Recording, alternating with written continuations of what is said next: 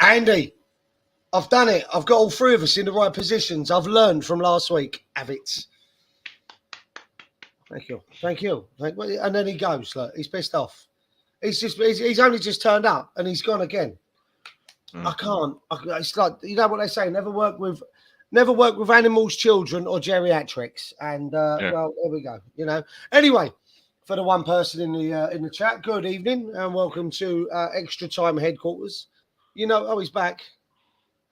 Don't turn your camera off. People don't want to see your. There you go. Right now we're bringing you in. There he is. No, I couldn't hear you, so I have to go out and come back in again. You know what? There's always excuses, Andy. There's always excuses. Never work with animals, children, and geriatrics. That's what we've just said, and it's true. I love it. Anyway, as we were saying, welcome to Forge from Iron, Extra Time Headquarters, our weekly. I say our weekly talk show, boys, but it's pretty much just like 90 minutes, up to 90 minutes of us three just chatting shit for, you know, innit? So yeah, largely. Yeah, well, basically. If you haven't already done so, please subscribe to the channel, hit the like button, also hit the bell icon to become notified. That's the word I'm looking for. Notified of when we do more 90 minutes of rubbish. Boys, I'm going to get straight to it. I'm going to talk about yesterday. You two were there. I wasn't, sadly. Andy, I'll come to you first.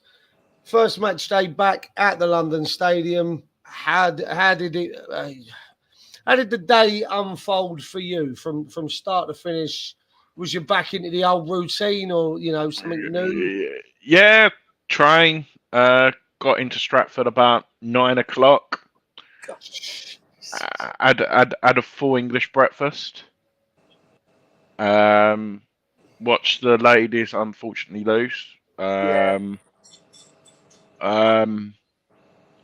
Then shots got involved. Oh dear. And then they made me try this drink, which is half Guinness and half cider, which was actually quite nice, to be perfectly honest. The cider was on the bottom and the Guinness was on the top. Is that snake bite? It's no, it's called Snake Bites, Foster's, lager and cider. Right, It's something of a like, yeah. But yeah, no.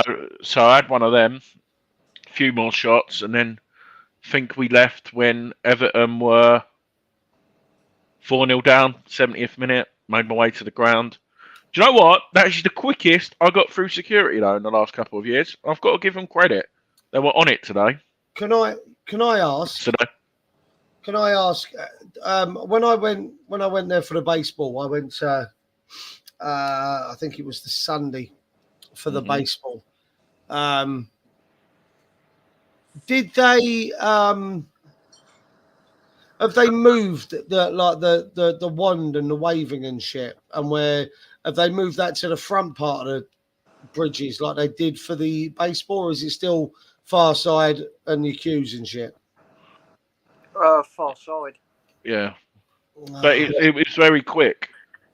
It was still very quick. When we first moved there, I hated it because they searched you as you were going in.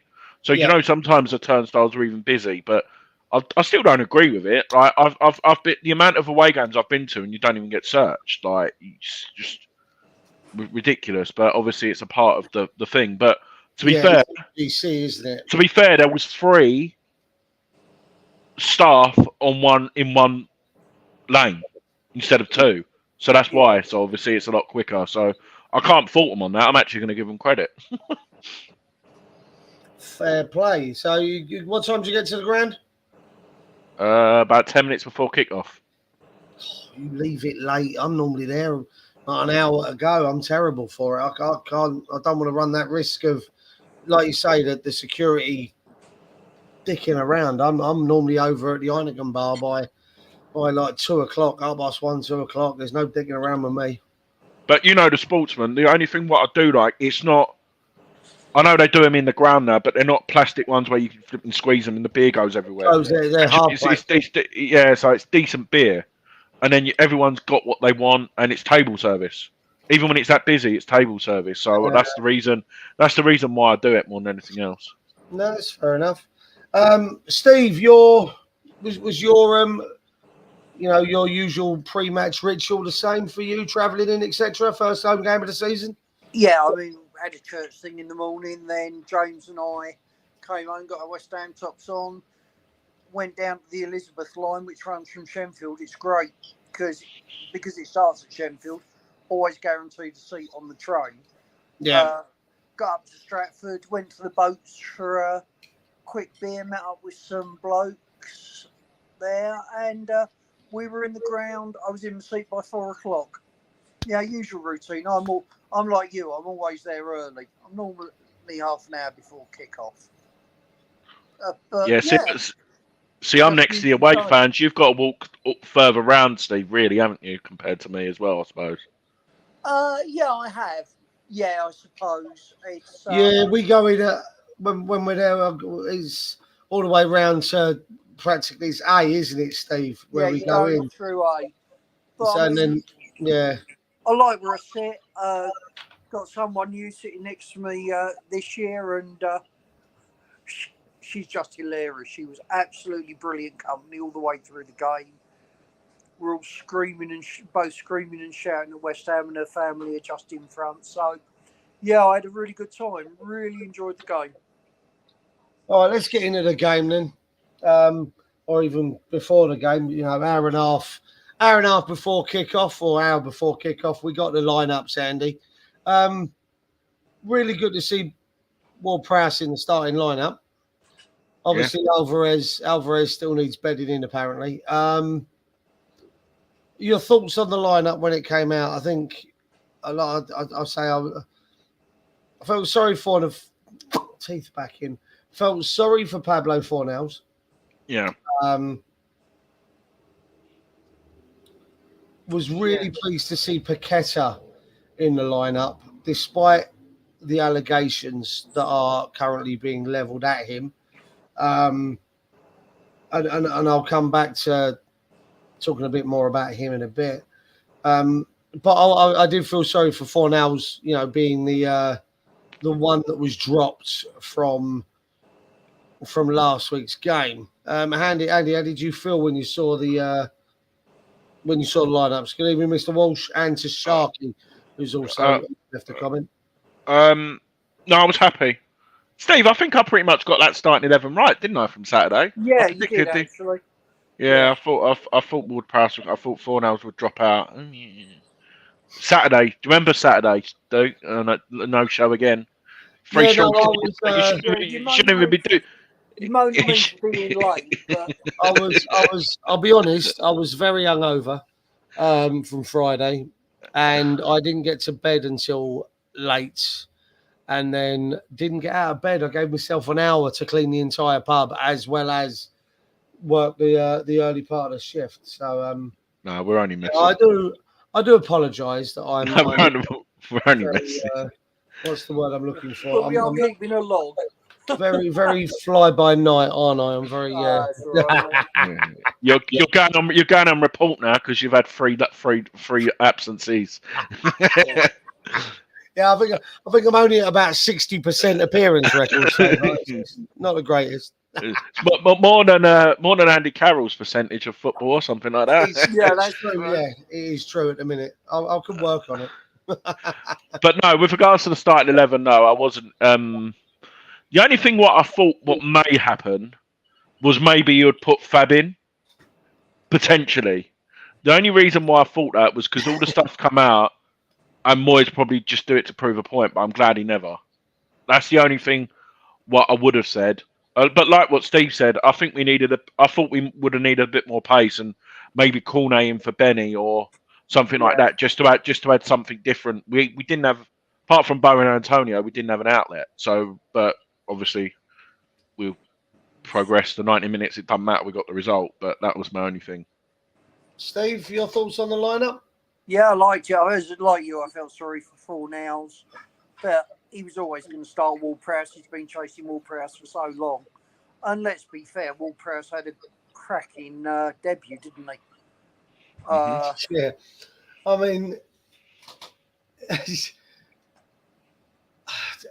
Andy, you mentioned it about Cornet for Benny. I felt Benny in the first half, well, actually in the entire game, to be honest with you, very wasteful. Especially in the final third, there was a moment in the first half where he kind of works it well down the left, and then he comes back into I know what you mean. into the middle, and then he kind of shanked it like 15 foot and 12 yards wide, 15 foot over and 12 yards wide, and he had better options there, the square ball, etc. And I don't want people to start coming back at me that I'm picking on Benny, but he just seems to be the weaker link out there on the left, if you get what I mean. Inconsistencies. It's about time now.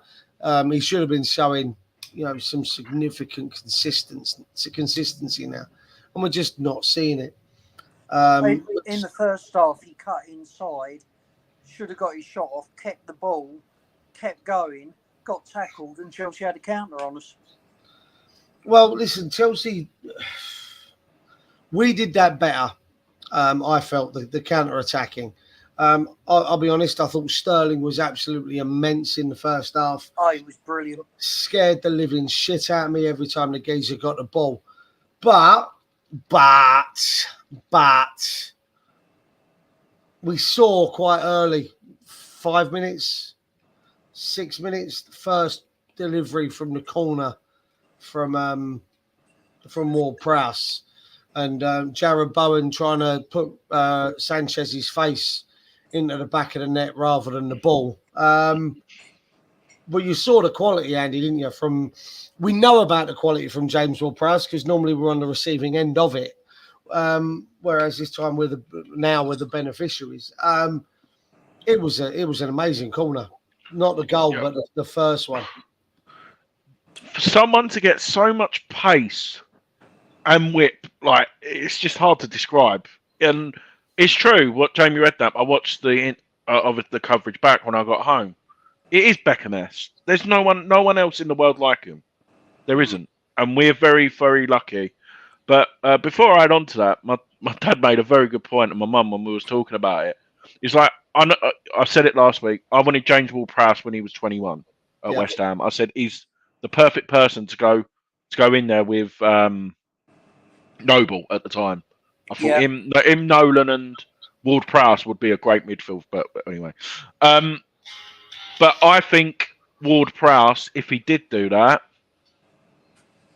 he wouldn't be at the club now. He would have moved on to a Liverpool or a Chelsea or a Man United. So we're very fortunate to get someone. I think he's in his prime now, and we're very fortunate to have that. And he said it, like he said in his interview. They were at the stadium, when was it, Thursday or Friday, and he was practicing it, and he said that, like, it's just nice to see that we're working on something and getting an end result. And like you said, likes of Alvarez potentially coming in as well, like, it's worrying how dangerous we'll be from set pieces. I mean, Steve, like I say, as Andy pointed out there, the pace, the whip dip that he does get is phenomenal. For Epic's calling him a budget Beckham. I think that's slightly harsh on Prowse, but also, I suppose, complimentary in a strange way. Well, I tell you what, first corner came over from where we sit, and we looked at each other and said, "Cool, that was good." The second corner came over, a Gerd scores, and everybody's going, "Now we know what we paid for." That is why we bought him, and those deliveries were great. His through ball for Antonio with his weaker foot was superb as well. Special. Is the word. Special talent in that area, and the way we're set up, which is to get goals from set pieces. I mean, we've got big lumps of players. He's going to be fantastic for us, and I thought he put in a good shift as well. I mean, he chased, he harried, he closed down.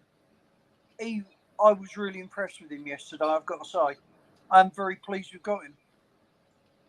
I complete agreement with you about the fact of how we set up, Andy. You know, we knew it was never going to be a straightforward game, i.e., us go out there and dominate. And I don't think anyone can have any complaints about the fact that it was very much Moyes ball. Let's not mess around. It was very much Moyes ball. It was very much same old from last season.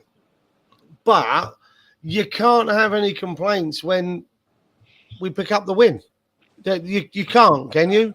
Don't get me wrong. I think Luke Bailey, friends of him on Facebook. I'm in a WhatsApp group with him. I think what he actually said was that was watching the game was it was like sandpaper for the eyes, especially the first half. The first half was definitely sandpaper on the eyes, kind of. It was hard to watch at times. I know we went 1-0 up, and it was again the breakaway. We catch them, we go on the break, we get the corner. We'd already had one kind of look at what that was going to be like, and then obviously we go and get the second. So we kind of I won't say we stole a 1-0 win, but when you look at the total stats for passing in the game, and Chelsea make over 700 passes to our 200, it shows you just how we were set up. And I've got to say, and I'm very impressed with the way Antonio conducted himself yesterday. I did say he frustrated me in the first half because he didn't come looking to receive the ball. He kind of stood and watched a lot of what was going on, and it frustrated the shit out of me. I'm not going to be lying to you. And I did ask for him to come a bit deeper. I did ask for him to come looking for the ball, because, that's what good players do. They try to influence games even when it's not going, their way. But, Andy, I've got a question for you, and then it'll be the same to you, Steve. Okay. Why can't we have that Antonio every week that turns up and 18 yards out on an angle, drills it like he's a natural born striker that's been doing it for years, into that bottom bins like he did? I mean, that was a special goal, Andy, from a player that doesn't normally exhibit those kind of talents. Can I talk about the penalty save first? Mate, I forgot about the penalty save. Yeah. Sorry. Mate. One.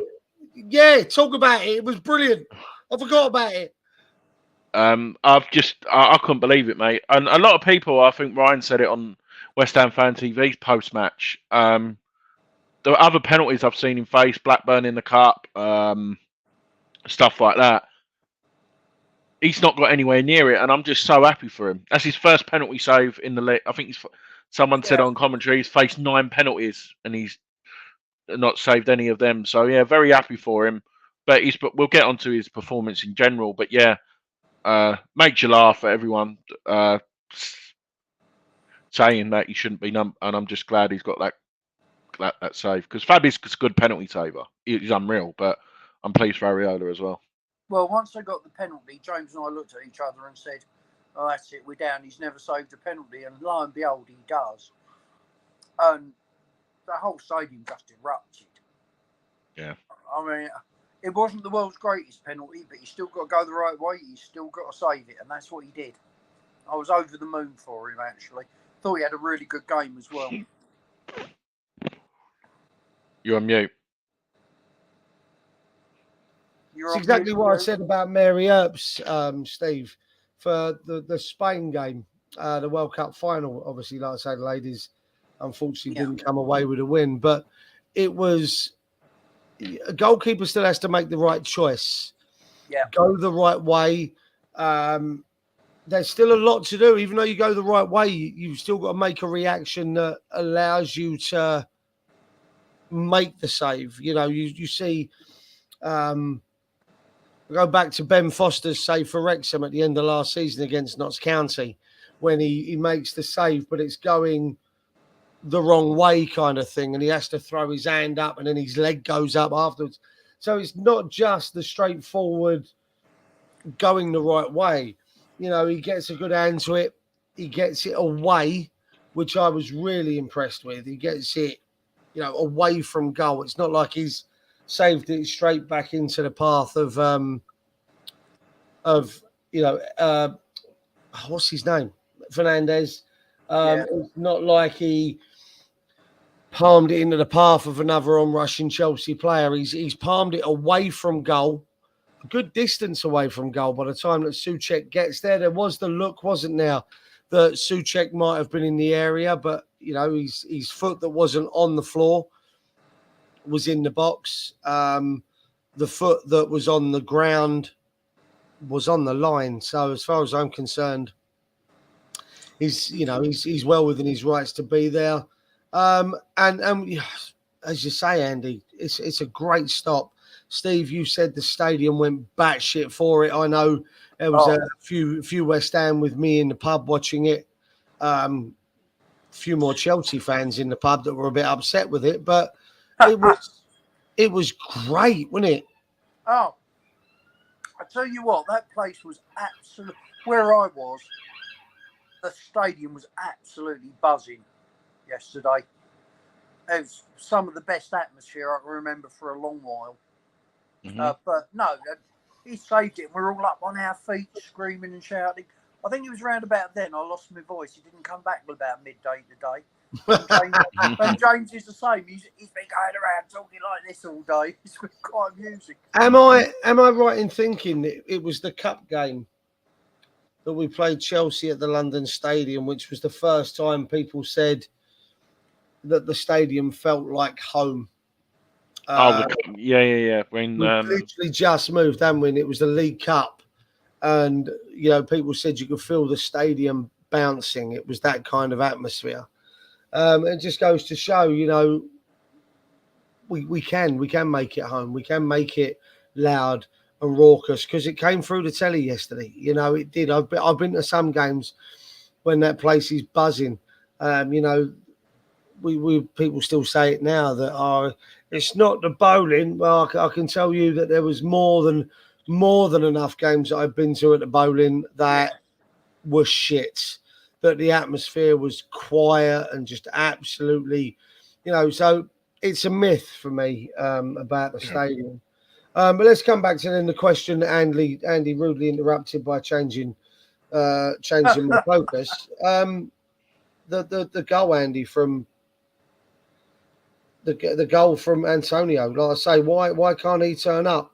You know, there's games when he's running through one-on-one with a keeper, he's 4.5 yards out, and he puts it straight at the keeper. Yet when he's on an 18 yard out on an angle, and he finishes it like he was, you know, like I say, a seasoned striker, someone that's done it all his life, a natural born striker. Do you know what it was? I always forget his name. It's not. Is it Caldwell, the youngster? Levi Caldwell. Yeah. That's what Antonio said. If he didn't try and shoulder barge him, Antonio done it back, and then if you think it was like 2 seconds after, it's because he didn't have to think about it. It was instinctive. When he has to think about it, that's when he panics, and he don't normally score. Yeah. So I think that's what it was as well. But I might be quite harsh, but it was a good finish. But I was very disappointed with Sanchez. Got a bit on it, but I know it was a bit powerful. If I'd be critical, if Areola didn't save that, I'd be quite critical as well, to be perfectly honest. If I'm being honest. It's a good strike, but you shouldn't be beating from there. It's a long way out at an angle. I think he was favouring his near post a little bit more, which is why it got across his body. Steve? Well, from where we were sitting, he just looked unstoppable when he hit it. and that proved to be the case. I mean, it was a cracking goal. He's even hit it through the defender's legs, if you know, which was quite something. And I remember James turning around to me and says, "And that's the one he scores." Yeah. But it was a cracker. But as Andy says, he didn't have time to think about it. He's just had to do it. Antonio's best when he's just doing rather than thinking and then doing. Well, listen, when he thinks he's doing good things, he ends up dressing as a snowman and crashing his Lamborghini into someone's front garden. So can't really say too much, can we? Important to have a hobby, though, I feel. That tickled me. Sterling's performance, Andy, I said earlier, every time he got the ball, it was a couple of things to me. One, we felt like we shouldn't tackle him. Not that that's what we shouldn't be doing, more that that's what were told not to do. And he didn't even try to take people on, Andy. He just ran through gaps. It wasn't like he was beating individuals for pace or skill and trickery. He just ran in a straight line, and every time. But for me, they didn't have an end product. You know, I bang on about Ben Rama's lack of quality in the final third. Chelsea's was really, really apparent, and you know, I watched. Who's the Man United gentleman that has his own channel here on YouTube? Flex. No, blonde fella. Goldbridge. Mark. He did it. He does That Is Football, or This Is Football podcast YouTube thing, and I caught some of it earlier, and he turns around and says Chelsea have spent all of this money, yet they haven't signed an out-and-out striker. That Jackson isn't an out-and-out striker. He's like a trequartista. He's kind of like he's not a goal scoring like a striker. You know, I'm talking. They should have went and got Osimhen. Yes, yeah, Osimhen, Benzema, those kind of players. You know, I mean, old strikers, goal scorers. They have one. Can I be controversial? Lukaku, not just because of his record. Lukaku plays, they win. The amount of chances they had 6 yards out, he would have buried them for fun. But that's like you said, if they had a natural striker, probably even if they had Antonio probably would have scored some of their chances. It was just whipped across the box and just easy. The way, isn't it? Yeah. You mentioned his name, and Steve, I'm going to ask you this one first, just before we come back to the rest of the game. Chelsea announced earlier, Steve, that they're going to spend the rest of the season, or they're planning the rest of the season, without Romelu Lukaku. Yeah. Would he be a player you'd be interested in when you bear in mind his strength? He does have a lot of power. He's not the fastest, granted, but I think he's held up play at bringing people like Bowen and possibly Kudus, if we can get him. We went just before we came live, about an hour before we came live. £55 million was the agreed fee between Rennes and Man City for Doku. So it looks like that we're not going to get anywhere near Jeremy Doku. Would someone like Lukaku interest you? Yeah, he would. But I thought last time I read, about 3 or 4 days ago, he was in talks with Spurs. Yeah, but that's just a bigger joke than Chelsea right now, aren't they? Let's be honest. I know they beat Man U, but they didn't look great. Yeah. Would I have Lukaku? Yes, I would. In a heartbeat. He's proven goal scorer. He's a finisher. You look at what Ward-Prowse is going to deliver. You look at what Ward-Prowse is going to deliver. You look at our other players. Looks like we'll hold on to good old Paqueta now, which I'm delighted about. Yeah, I'd have him, because he's got to be better than the options we've got at the moment. So that's how you have to look at it. Is he better than what we got? I think in basic terms, yes, he is. Yeah, he is. Yeah. Steve, Um, Andy, sorry, already asked. so according to Transfer Market, on the rumours, the only clubs who are interested in from the 5th of August was Juventus and Gerard's team in Saudi Arabia. They're the only rumours. I'm not saying that's Transfer Market's always right, but they normally put a lot of stuff on there. So yeah, no, I would take him in a hot. He's on ridiculous wages, but if we can somehow just even pay half just for a season, it would be stupid not to. Yeah, he's a great So, player. I've got his stats here: 278 games, 121 goals, 43 assists in the Premier League. 121 goals. Yeah. Yeah. It's nearly 116 of those. 116 of those against West Ham when he was playing for. Anybody really? Everton. Yeah. Yeah. But yeah, no, I just thought I'd add them into there. But yeah, no, it'd be if we can get him on loan. He's 30. He's just turned 30, so he's still a good age, like 2 or 3 seasons. Danny Ings is 30. Yeah. Yeah. Antonio's 32, isn't he? So yeah. And he's ready made for our system. Yes, that was going to be my point. Yeah. Big Sorry, have I not thought of this? Antonio and Lukaku up front. Oh, fucking. This is where I think we missed the trick. Yeah. Adama Traore going to Fulham. Can you imagine Traore one side, Antonio the other, and Lukaku down the middle? I don't think. I think people are just. I think other teams are just turn around and go, "No, it's all right. We forfeit. You can have a 3-0 win. Thanks. That's all. Yeah. We don't actually want to go 12 rounds with this lot because we're going to lose. Oh, can you imagine? Be like going 12 rounds with Tyson. You just get smashed up and down the park, wouldn't you? I think Tyson would be a let-off compared with those three. Yeah. I tell you what, let's talk about his before we get to the end of the game and then what happened. Obviously, you get the red card. Andy, is he lucky that it's not a straight red? The studs are up slightly.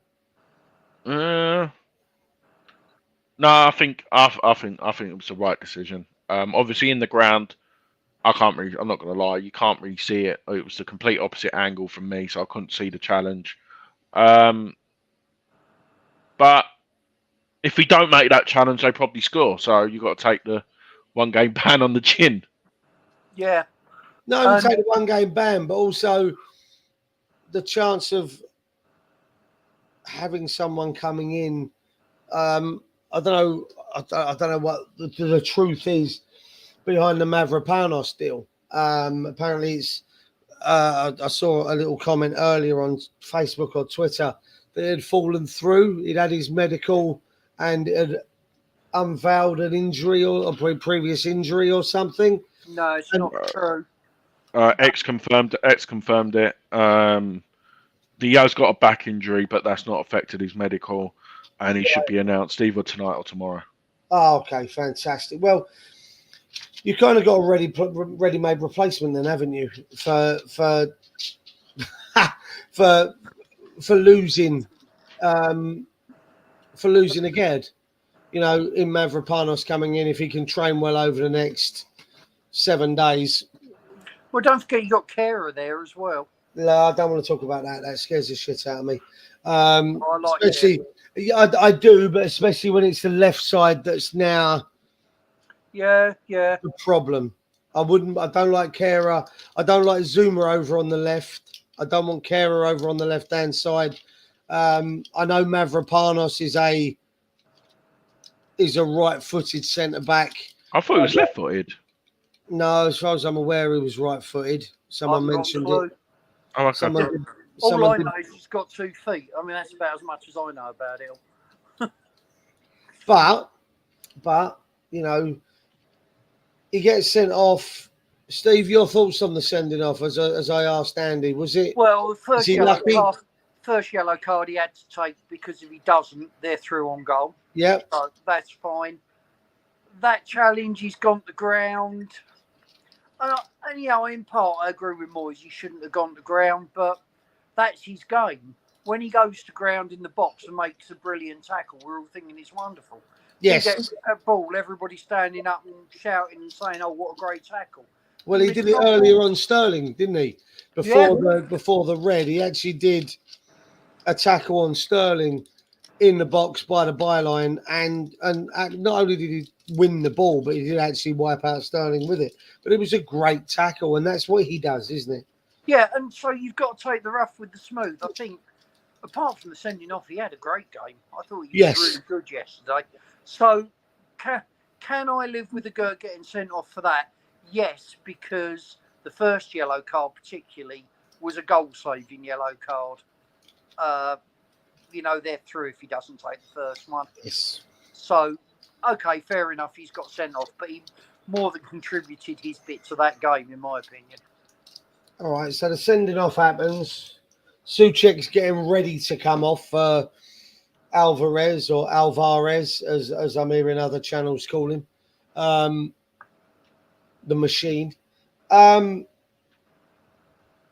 obviously then stops that in its tracks, and Souček is then, left on. Alvarez comes on for JWP. Thanks very much. You've done your bit. Two assists. And he brings on Alvarez. And I know it sounds stupid, boys, but I actually think we played better once we were down to 10 men. I think we looked more compact, tighter. I think we knew that we weren't going to have the out ball every time that we needed to. So it was a case of trying to bring the ball out, which I think Alvarez was very, very good in blocking the space, cutting out the supply chain, covering the runs of the players that were getting, trying to get into space. He was really good at blocking off the supply chain. And Souček, terrific. I thought Alvarez was terrific when he came on. Souček was solid as well in there. There were a few mistakes. He gives away the penalty we were talking about earlier. There was a few misplaced passes, but all in all, and then I'll tell you what, my favourite substitution came on the 80th minute-ish when he brought on Pablo Fornals. Yeah. I thought that changed the game for us. I thought that won the game for us. Ping to Bowen when he give to someone the shoulder and then pinged it. Bowen didn't even have to move. It was just inch perfect. And then he obviously plays the 1-2 with Bowen, who hits it straight down the throat of Sanchez. Kind of like a carbon copy of the goal against Bournemouth last week. But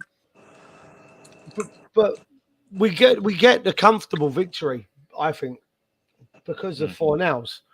93rd minute, kind of breaks to the left wing, to the left-hand corner of the pitch. And I'm thinking, go to the fucking corner. Go stand on the ball in the corner quadrant and don't move. And he ignored me. And he broke into the box. Then he has a shot that Sanchez saves with his foot. Mm-hmm. And then we end up in a situation where Chelsea's midfield at one point was 260 million pounds worth of players, compared to our midfield, which was about 80. Yeah, about 89 million. 90 million. Caicedo he dives in on, is it Emerson? Yeah. Dives in on Emerson, Andy, and referee points straight to the spot. It's a clear penalty for me. VAR looked at it for a little bit, but they give the penalty. I'll cover more of him in a minute. his penalty or the penalty. I wanted Bowen. When I saw it was Paqueta going up to take it, Andy, how did you feel? Confident. Did you? Yeah. Yeah. He just looked so composed. I remember Leeds away. That stutter, the one in, was it against Ghent in the quarterfinal, I think? Same mistake. And I think he wanted it to prove a point, and the celebration. No and look penalty. No Yeah. look as well. I don't know if you've seen the Yeah. replays of it. He looks over there as he takes a penalty, and I'm like, nah, you didn't just do that. No. You didn't just do that.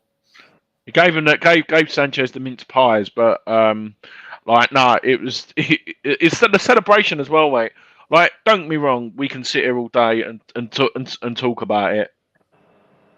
When Man City come calling, you can't take. Well, Declan Rice did, but that's a different story. But you can't turn them down. And then Bournemouth, outstanding. And then yesterday, and obviously the betting scandal, he just didn't care. He's letting on the pitch do all the talking, so I can't complain. He did one thing in the game, which was, I mean, it was brilliant. He's down in the corner right in front of us, and he's holding the ball, and whatever the Chelsea player's done, the Chelsea player's dived in, and he's won a throw-in for the team, and he's thumped the ground and cheered because he's got. That was just that. He was so committed to winning that game, and by the end of it, he was so knackered. He had done everything he humanly could to get us that win. I thought he was a bit ropey at moments in the first half, understandably, but I thought it was an immense performance considering. But when he hit the ground, we all cheered and were right behind him, you know. It was terrific. Do you think you said there about, you know, the way he was, the way he played? I actually thought he was immense. Yeah. I actually thought he was one of the better West Ham players on the pitch yesterday. There were some heroes yesterday, of course there were, all day long. But there was a part in the first half where he had a to do with, I think it was Sterling out on the right wing. Sterling grabs him. Shut up. Sterling grabs him right in front of the lino, pulls his arm, pulls his shirt, and he stops. And he just puts his hands on his hips.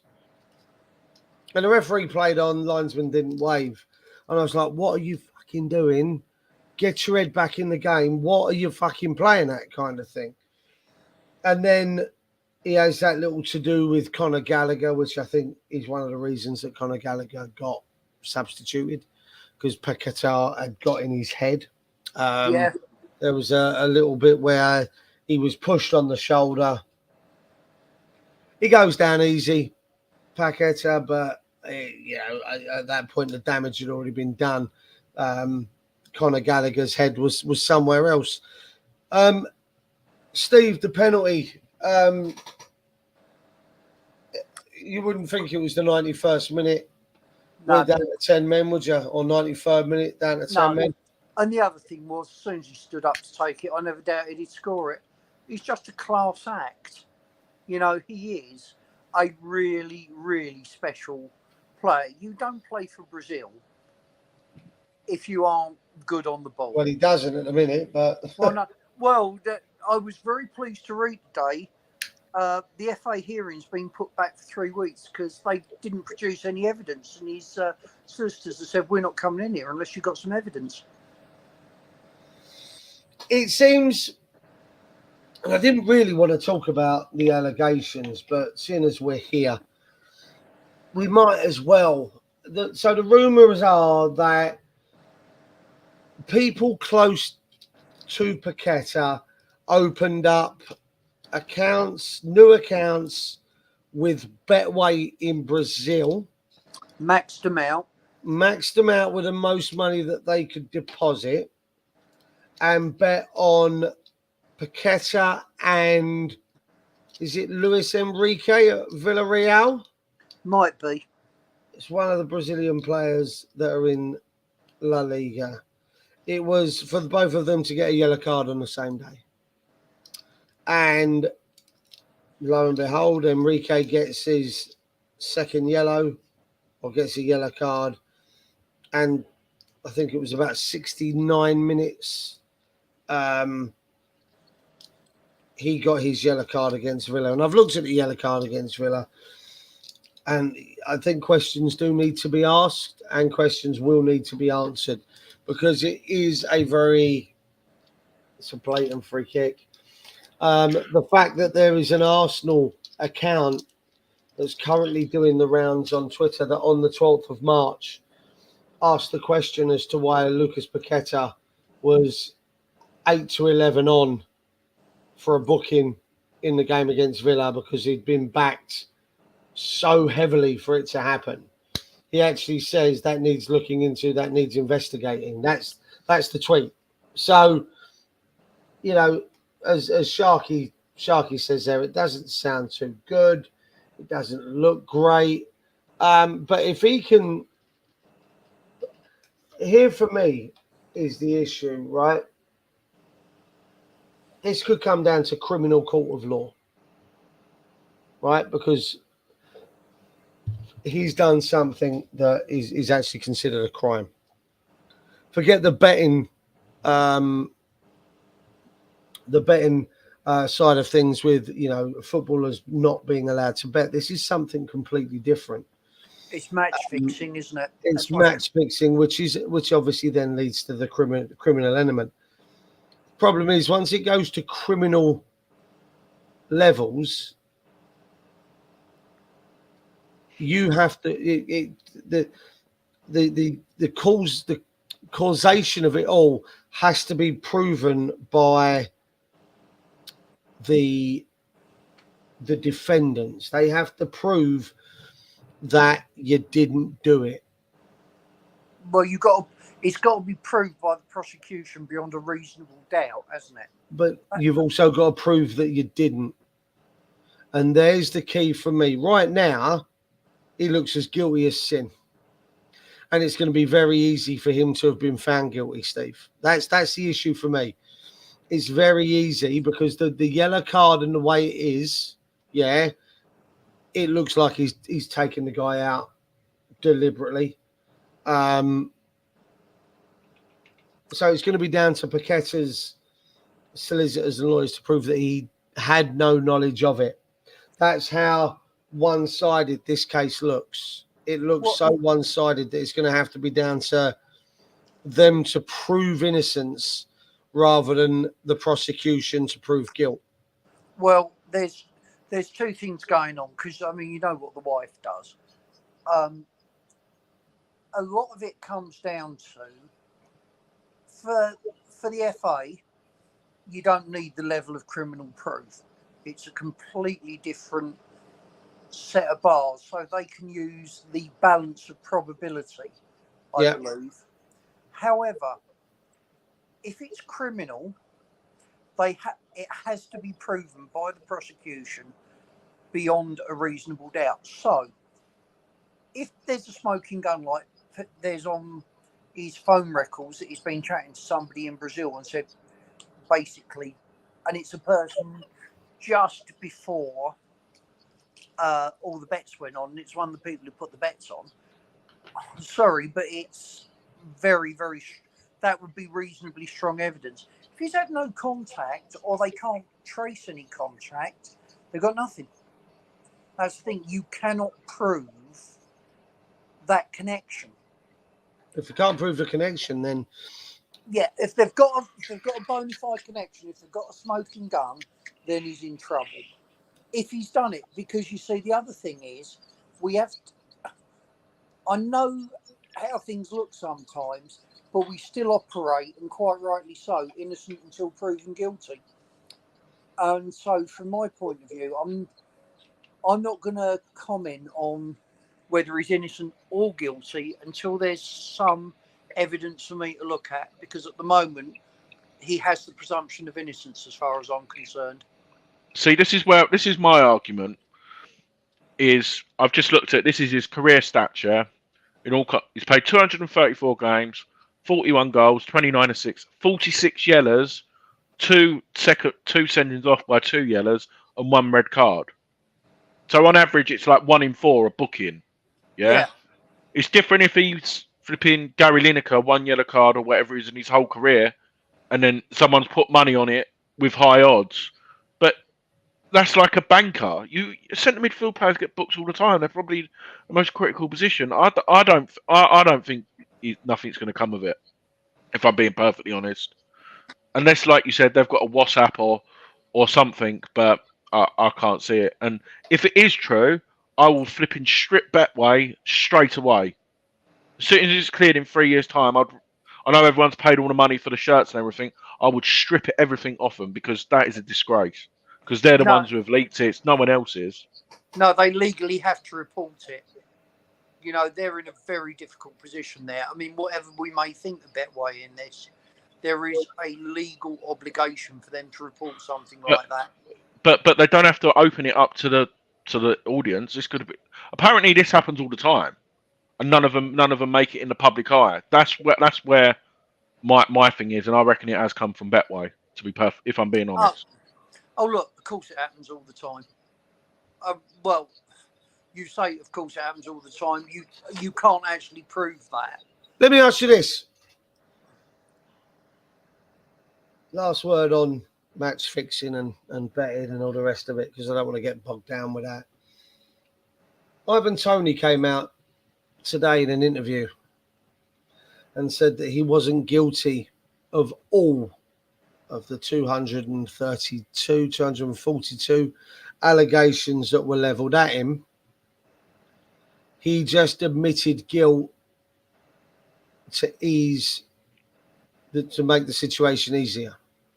Yeah. What are your thoughts on that, Steve?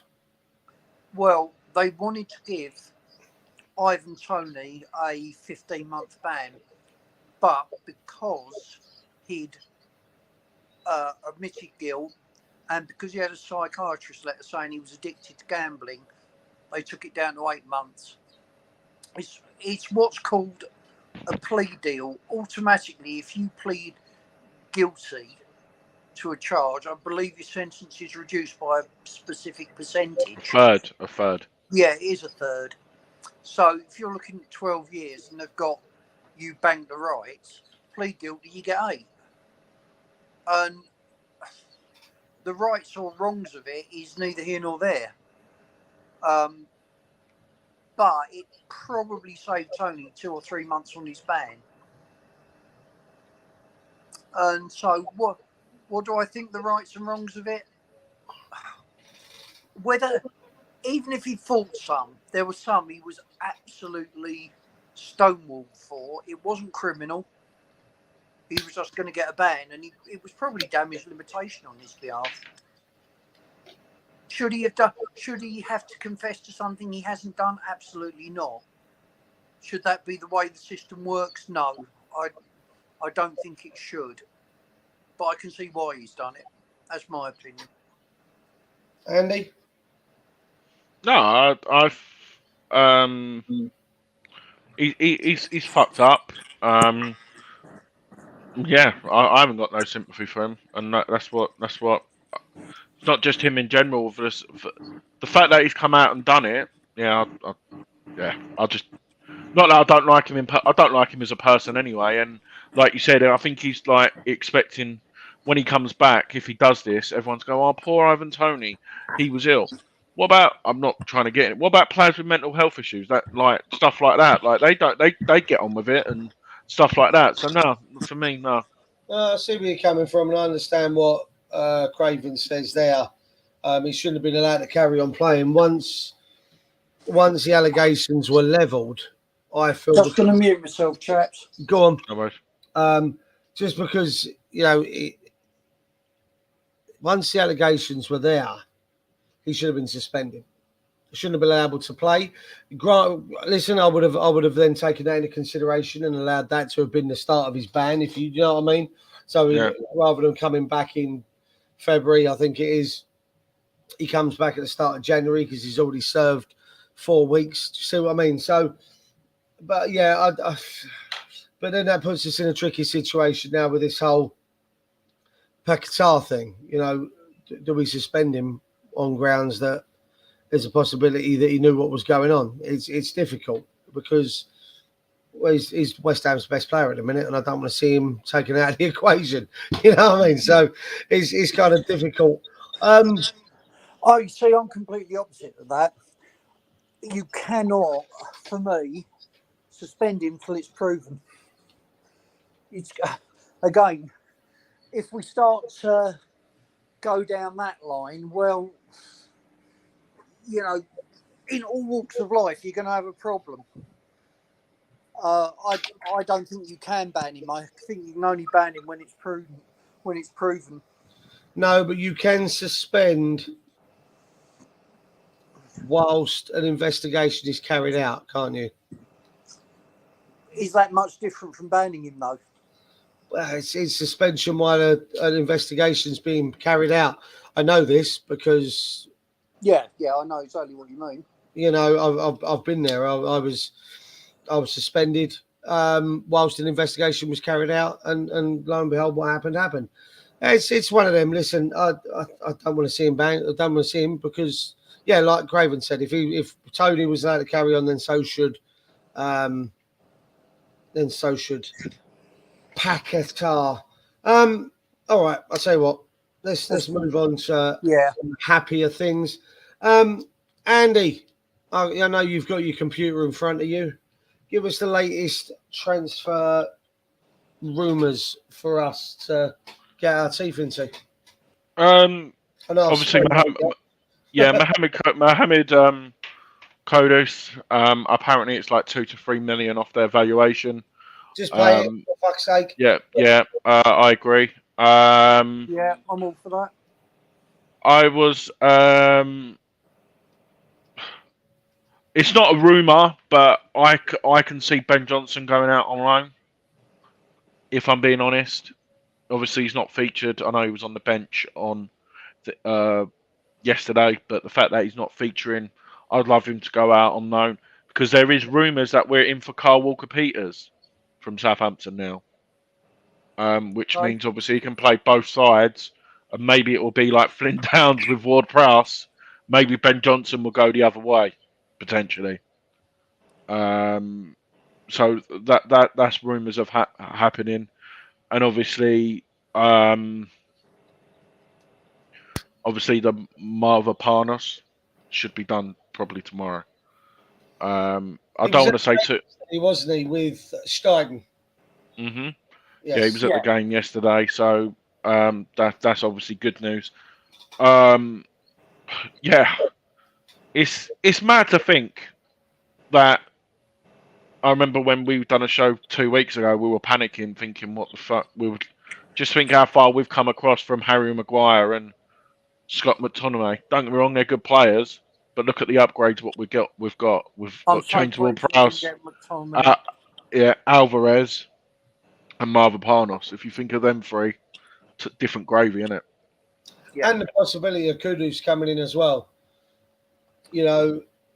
I mean, what if? Listen, we get Kudus. What does that mean for Benrahma and Antonio? I don't know because he can play across the front 4 positions that we have: left, right, centre, and attacking. He can also sit in where you also have the likes of Souček and Paquetá, and obviously he was the one that we were going to use if Paquetá did leave to go to City. So for me, I'd pay the extra 3 million for Kudus.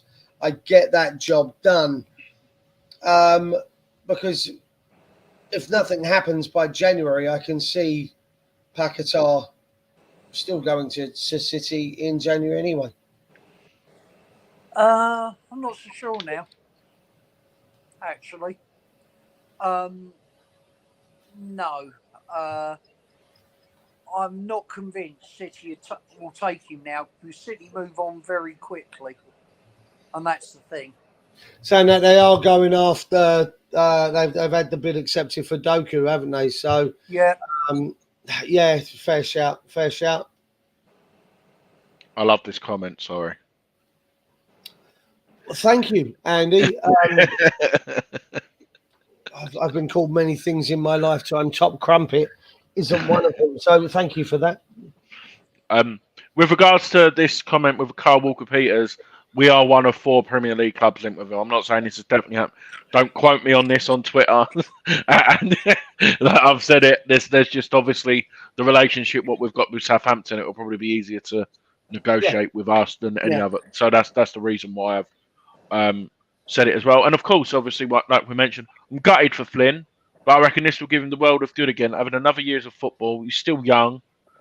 Another year in, hopefully Southampton have a great season as well, which will boost his confidence. And then, but the problem is, gents, do you see him having a future? I don't. I think, like you said, you've got Earthy. Potts obviously gone out on loan. If they have good seasons, I think they go up the pecking order instead of Flynn for this is next year. I mean, well, I tell you what, yes and no to that, Andy. Is going to be my comment there. If he has a great season, and hopefully he does, because he's one of the few players I feel that deserves to like get back and enjoy his football. It's possible that he can go there and have a banger. I think he's the perfect replacement for them for JWP. Don't get me wrong, I think they're going to miss the set pieces and stuff, but his work rate is second to none. His passing range is fantastic. So I think that's a good shout. But also on the back of that then, Andy, what we're saying is we're bringing the likes of Kudus, possibly, Alvarez, JWP. You've got Paquetá in there. As I've said, Paquetá's got an £85 million release clause next season. Might be the same if he has a, found not guilty, or there are no charges to put to him. Then I can, see someone coming in. I think this will happen with Payet. Like Payet, if he's having a great season, he'll sign a new deal in like December, and they'll whack the release clause up to like. If we're smart, yeah, we'll whack it up to 130, 140 million. Make him sign a new 5-year deal, and we'll go. If Man City come called in, we'll accept it. Here's the release clause. Bang. We've got to be smart in this situation. Is a plan we've got to be building around. Yeah, going back to the Paqueta thing, that's the other thing you've got to remember. He's an £85 million asset. West Ham's lawyers are going to be all over this, aren't they? Yeah. Yeah.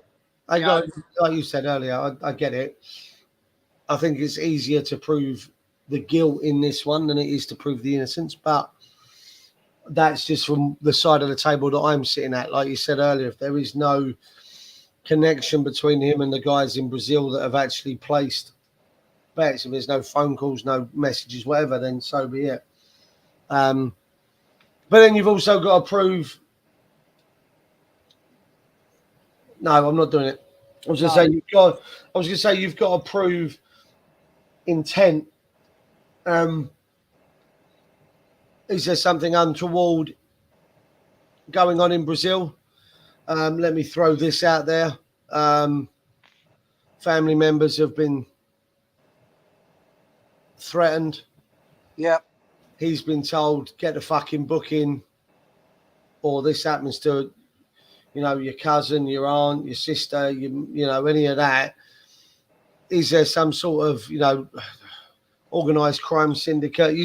There's so many you don't know. Literally, I just sat here and that came to my head.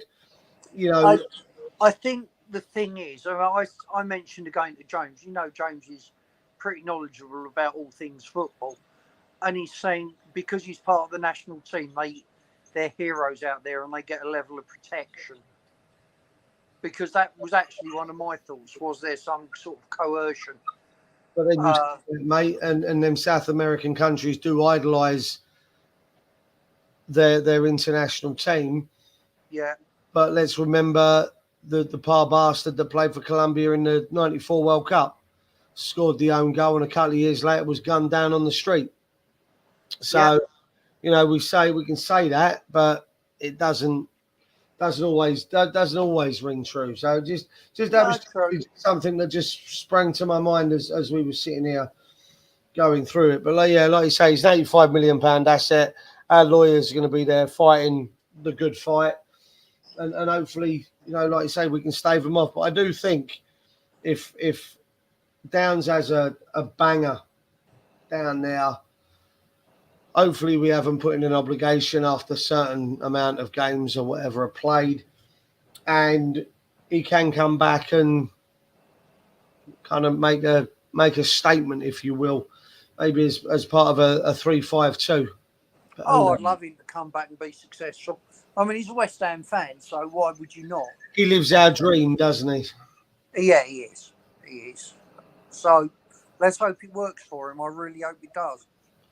Fingers crossed. We're on an hour and 6. We'll start to wrap it up. Andy, is there anything else you want to add or talk about before we? I just wanted to give. I know there's only we had a lot more numbers earlier, but there's still 8 in the chat. Obviously, we're doing the breakfast show. We've done the drawing board for the preview for the game. If there is anything what you suggest, just speak to us off there, or you can put it in here. We like to do stuff different. We're trying to do more shows, but obviously as the games go thick and fast, obviously the previews are the one, and it's a bit hard for us at the minute to do reviews. Like you said, this headquarters, I think that goes well, in my opinion. I don't know about you. Yeah. This is obviously a public announce. So yeah, just let us know if you want us to do anything. Obviously, Hammer Time, we're going to try and squeeze in, but obviously it's very time consuming, but we want to get it right as well. On that note, I will say I spoke to Mr. Gates middle of last week with regards to obviously the Forged main channel, the first channel. I asked him if we're going to continue it, and in I suppose in the honour of being open and honest, he told me he hasn't really thought about it. He hasn't really given it much thought. He's away on holiday at the moment, so fair enough. But he hasn't given it much thought. I will sit here and make a promise to you all now. I'm going to continue the channel. Once we're done here, I'm probably going to go put something together to go up on the channel tomorrow morning, so keep your eye out. But the Forged from Iron main channel will continue. It may well be that it's going to be predominantly recorded shows for the time being while I can fit them in, and these two gentlemen will make guest appearances over on the main channel as well. So I will be continuing it. I'm hoping I get to continue it with Rob. If he feels that he's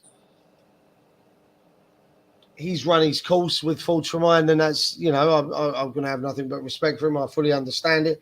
Like I say, I hope he comes back. I hope we can get some more content out there for you guys. If not, I'm going to continue it. Steve, any words from you before we go and call it a night? No, I just say how much I enjoyed yesterday's game. Maybe I'm a bit masochistic, but I